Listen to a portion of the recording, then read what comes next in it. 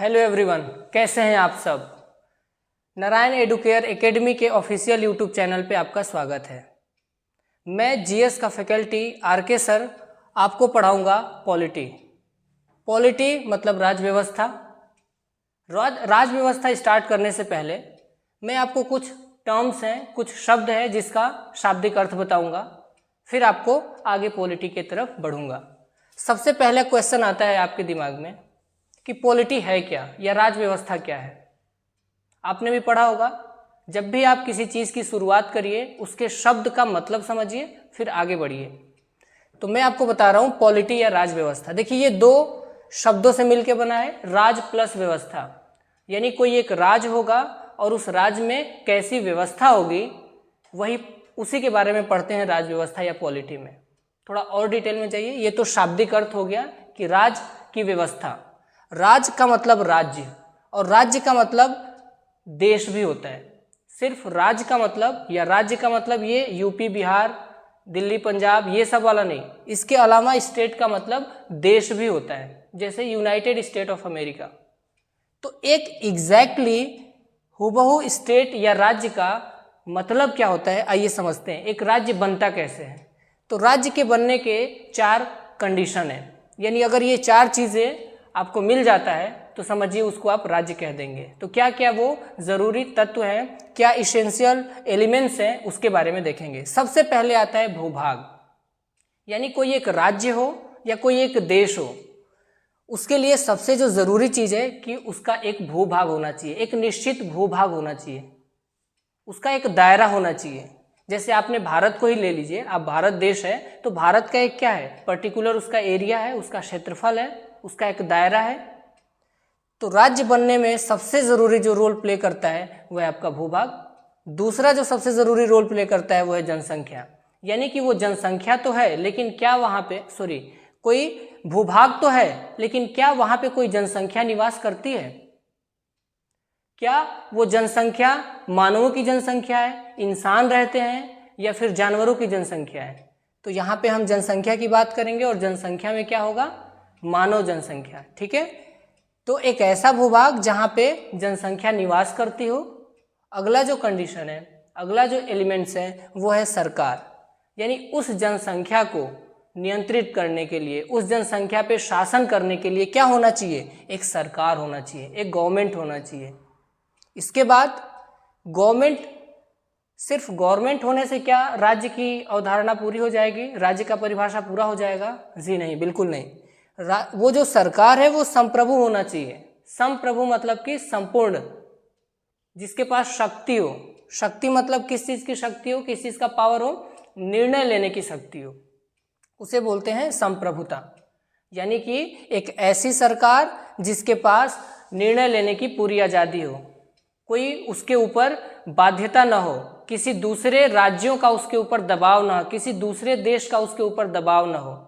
यानी निर्णय लेने में जो पूरी तरह स्वतंत्र हो, चाहे वो आंतरिक निर्णय लेना हो चाहे उसे बाहरी डिसीजन लेना हुआ हो, तो उसे बोलते हैं संप्रभुता। तो आपने समझ लिया कि एक राज्य को बनने के लिए 4 जरूरी तत्व हैं। पहला है भूभाग, दूसरा जनसंख्या, तीसरा सरकार। और वो सरकार कैसी होनी चाहिए, संप्रभु होना चाहिए, यानी कि सॉवरेन होना चाहिए, यानी कि निर्णय लेने में स्वतंत्र होना चाहिए।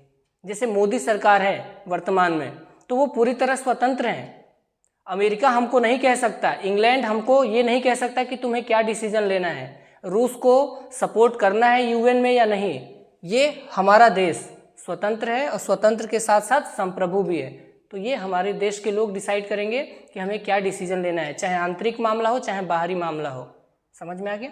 तो ये हो गए 4 तत्व। यानी कि एक राज्य कब बनता है, जब उसका एक निश्चित भूभाग हो, उस निश्चित भूभाग में कुछ जनसंख्या निवास करती हो, यानी कि मानव जनसंख्या निवास करती हो, और मानव जनसंख्या को चलाने के लिए, उसके ऊपर शासन करने के लिए एक सरकार होना चाहिए। यानी कि सरकार का काम है नियम कानून बनाना, और उस सरकार को निर्णय लेने में कोई बाधा ना आए, इसलिए उस सरकार को क्या होना चाहिए, संप्रभु होना चाहिए। तो आई होप आपको ये 4 पॉइंट समझ में आ गया होगा।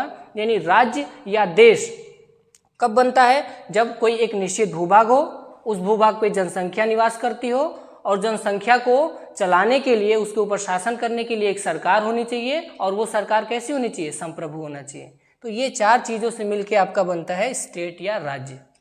अब यही जो स्टेट या राज्य बन गया आपका, या कंट्री बन गया, कोई देश बन गया, इस देश को कैसे चलाना है वही पढ़ते हैं आप पॉलिटी में, वही है राज्य व्यवस्था। यानी एक राज्य को कैसे चलाना है, उसको कैसे व्यवस्थित करना है, यही पढ़ा जाता है पॉलिटी में। तो आई होप समझ में आ गया होगा। पॉलिटी शब्द का मतलब क्लियर है आपको। अगला शब्द देखते हैं, पॉलिटिकल साइंस। राजनीति विज्ञान भी बोलते हैं, राजनीति शास्त्र भी बोलते हैं। तो इसको भी समझ लेते हैं क्या है। तो देखिए, यह एक तरह का साइंस है, यह एक विज्ञान है, या यह एक सामाजिक विज्ञान का शाखा है, एक ब्रांच है सामाजिक विज्ञान का। और वहाँ पे आप क्या पढ़ते हैं? जितने भी पॉलिटिकल या राजनीतिक सिद्धांत होते हैं उनको आप वहाँ पे पढ़ते हैं। ठीक है, तो पॉलिटिकल साइंस एक बड़ा सा टर्म है, एक बड़ा शब्द है, और उसी के अंतर्गत आता है पॉलिटी। यानी कि पॉलिटिकल साइंस में आप पॉलिटी के बारे में पढ़ते हैं, उनके सिद्धांतों के बारे में पढ़ते हैं, उनके थियरीज वगैरह पढ़ते हैं। समझ में आ गया? कुछ फिलॉसफी, कुछ अवधारणाएं पढ़ते हैं वहाँ पे आप। क्लियर है? तो पॉलिटिकल साइंस एक सामाजिक विज्ञान का शाखा है जहाँ पे अलग अलग राज्यों के पॉलिटी के सिद्धांतों के बारे में अध्ययन करते हैं। ठीक है, तो 2 चीज़ क्लियर हो गया, पॉलिटी और पॉलिटिकल साइंस। अगला शब्द है जो आपके डेली लाइफ में भी बहुत ज़्यादा यूज होता है, पॉलिटिक्स। लोग बोलते हैं बहुत राजनीति बतिया रहे हो तुम, या कभी कभी आपने भी सुना होगा कि अरे पड़ोसी या मेरा दोस्त क्या कर रहा है, बहुत पॉलिटिक्स कर रहा है। कोई भी मामला हो हम लोग यूज़ करते रहते हैं कि बहुत राजनीति हो रही है वहाँ पे। चाय की दुकान पे लोग बैठ के भी पॉलिटिक्स करते रहते हैं। तो क्या मतलब क्या है इसका, पॉलिटिक्स का? तो पॉलिटिक्स का मतलब होता है शासन करने की कला। सीधी सीधी एक शब्दों में आप समझिए, एक लाइन में, कि जो जिसके पास भी शासन करने की कला आ गई उसे ही पॉलिटिक्स बोलते हैं। तो politics is an art of doing polity. ठीक है, तो ये हो गया आपका पॉलिटिक्स। अब पॉलिटिक्स में फिर थोड़ा सा और इसको डिटेल में चलते हैं कि ये क्या होता है शासन करना। क्या लोग घर पे बैठ के शासन करते हैं चाय की दुकान पे? जी बिल्कुल नहीं। इसका जो देहाती या शुद्ध या जो लोकल परिभाषा होगा पॉलिटिक्स या राजनीति का, उसका मतलब यही होगा कि निर्णय लेने की जिसके पास कला है वही पॉलिटिक्स करता है। ठीक है, तो निर्णय लेने की एक कला ही क्या कहलाती है? राजनीति कहलाती है। और राजनीति में यही होता है, हर कब क्या डिसीजन लेना है यही तो महत्वपूर्ण है। वही लोग अच्छे पॉलिटिशियंस भी होते हैं जिनको निर्णय लेने की कला आती हो। तो आई होप समझ में आ गया, पॉलिटिकल साइंस एंड पॉलिटिक्स। इसके बाद से आता है आपका कॉन्स्टिट्यूशन। कॉन्स्टिट्यूशन को हिंदी में संविधान बोलते हैं, और संविधान में ही लिखा होता है कि राज्य व्यवस्था कैसे होगा, राज्य व्यवस्था कैसे चलेगी। तो इस शब्द को भी आप समझ लीजिए कि संविधान का मतलब क्या है। तो संविधान का मतलब है सम प्लस विधान। सम मतलब बराबर और विधान मतलब नियम या कानून। यानी कि एक ऐसी किताब जिसमें क्या बताती हो? विधान बताती हो, कुछ नियम्स रूल्स बताती हो, नियम या विधि या कानून बताती हो जो सबके लिए क्या हो? बराबर हो। वो हो गया संविधान। ठीक है, अब आगे समझते हैं कि संविधान है क्या। तो संविधान एक दस्तावेज है, एक लिखित दस्तावेज है जिसमें नियमों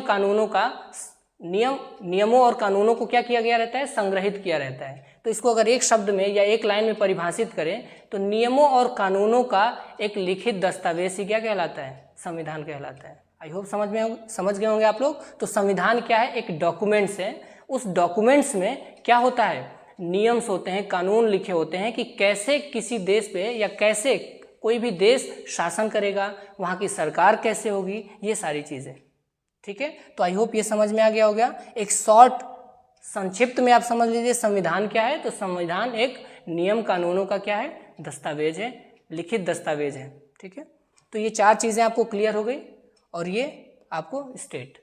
तो मैंने आपको बताया सिर्फ ये 5 शब्दों का मतलब। ऐसे ही आगे और भी डिटेल में पॉलिटी जानने के लिए ब्रांच से जुड़िए, आइए कोचिंग ज्वाइन करिए, और आगे के क्लास लाइव आप देखते रहिए।